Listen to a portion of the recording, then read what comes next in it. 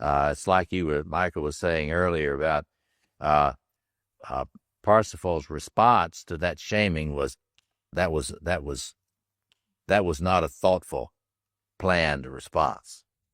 And we're going to talk in a little bit about young men. And you say rage. Are you saying express rage is the sign of enjoy this? Rage and anger. One of the things I want to get clear about this morning is that rage and anger are extremely different phenomena. There's a radical cleavage between the two. Rage seeks the right. Anger seeks the right. Rage wants to destroy everything. If your man is in a rage, he does not care about justice. He does not care about leaving anything standing. He wants to incinerate everybody, as we say in the United States, Bill Clinton country. And I say, not only am I going to kill you and your family and your kids, I'm going to kill your dog. And that's rage, you know.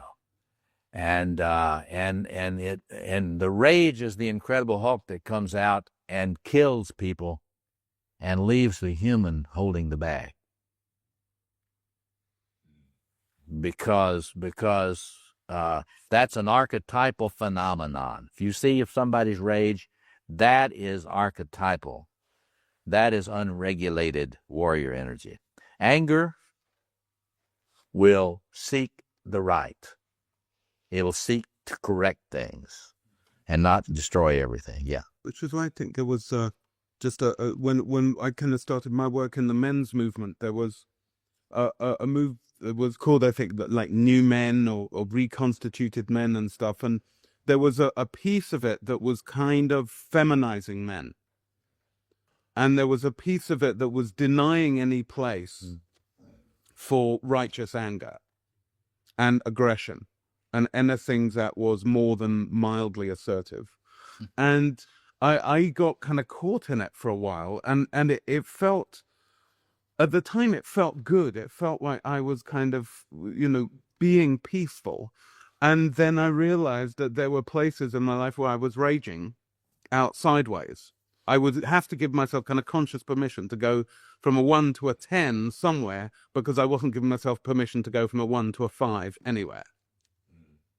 And so it would, by kind of bottling it up, it would then come out. So there is, I think that one of the real positive roles for a men's movement is not to simply respond to the women's movement in terms of taking on the shame of 2,000 years of demonic patriarchy, but actually figuring out, what bits we have to bring to the table, and acknowledging, as Robert does so well, that they are different, and at different times in life we may be seeking other things, and that young men need a kind of initiation that young women perhaps don't need around this stuff.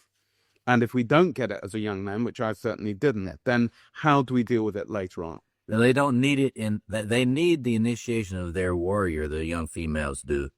But the young females are not going to go around marauding if they don't get it. They will be victims if they don't get it. But young... Sorry, to say that, but in society, I don't know what it's like in the States, my guess is it's the same. You're getting the rise of the women out in the streets, young girls drinking, fighting. Yeah, but you need to do some statistics.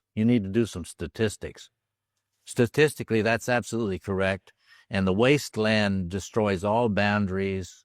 It contaminates everyone, and everybody starts to go into the shadow side of all of their potentials.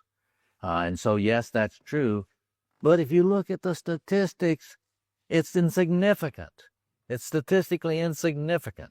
So if we're talking about where we're going to focus our energies, if you're going to be a man, you need to help young men connect with this instinctual given and regulate it and begin to bring it into their lives in creative ways, so it can serve civilization, so it can serve justice, so it can serve.